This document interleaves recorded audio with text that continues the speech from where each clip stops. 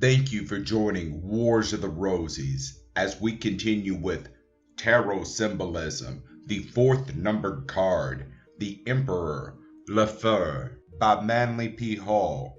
An article taken from the All-Seeing Eye, Volume 5, Number 6, March 1931.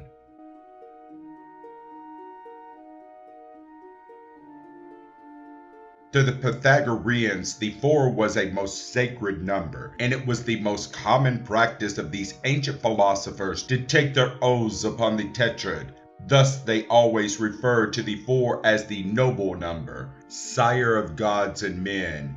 A further clue to the secrets of this number is that it occupies the central position in the Holy Seven. In the ancient order of the planets, the sun is the 4th from the top and also the 4th from the bottom. 4, therefore, becomes the symbol of equilibrium.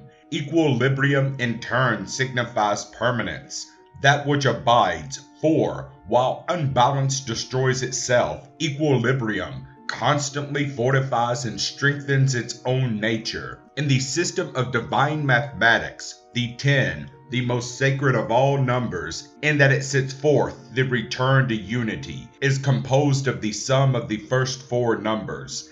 Hence, these numbers symbolize the 4 worlds which, by their union, constitute the nature and body of God. 4 is the numerical equivalent of the world, and in the mysteries the world was a god, or, more correctly, the manifesting body of a divine agent. Through an analysis of the symbols upon the card, we discover that the Emperor is the first in heavenly Adam, the Macrocosm. The face is in profile, in harmony with the ancient traditional belief that the divine man has but one eye. The golden helmet arcanely intimates the mystery of the North Pole, and the white hair and beard reveal that he is the Ancient of Days, the Grand Man of the Jewish Zohar. The cube upon which the Emperor is seated, and which is his royal throne, reminds the student of the 6 directions of space referred to in the Sefer Yetzirah. The cube always signifies the subterranean sphere, where departments are under the rulership and administration of the 6 sons of Bina, the 3rd Sephirah.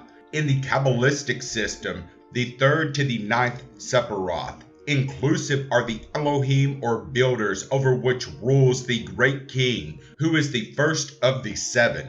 In many of the tarot decks, the body of the king takes the crude form of the ancient alchemical symbol of sulfur, which is thus revealed as the lord of the chemical elements. In one hand, the king carries the orb, an ancient symbol of salt. The globe, part of the orb, if turned sideways, becomes also the hermetic symbol of vitriol, one of the most secret and important of all the hermetic mysteries. In his other hand, the Emperor holds aloft a scepter. In some decks, this scepter is surmounted by a trifoliate figure, and in others by a solar globe. In either case, the scepter reveals that the great king exercises his dominion through the medium of the solar ray. He wears golden armor, and over it plates steel. The plates of steel establish the connection between the great king and Eris, and in some of the more recent decks of cards,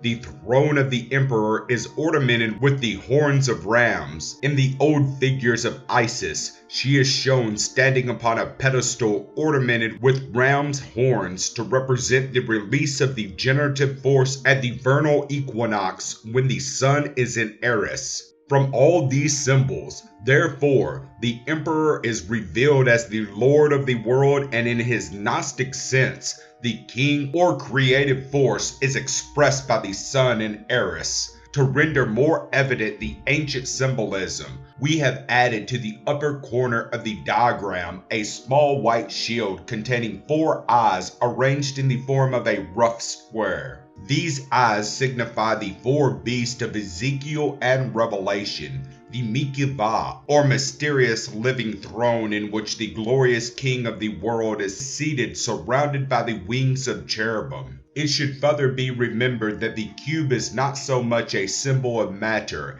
as it is a symbol of the material sphere as a whole. A little realized guide to the whole mystery lies in the fact that the cube is primarily the symbol of a three-dimensional body. The mystery of the cube lies in its relations to dimension rather than its own shape. The cube is the perfect three-dimensional body, and hence represents to the philosopher the field of all material phenomena. The cube, as the principle of dimension, encloses within its own hypothetical boundaries all creatures who exist in place and time consciousness.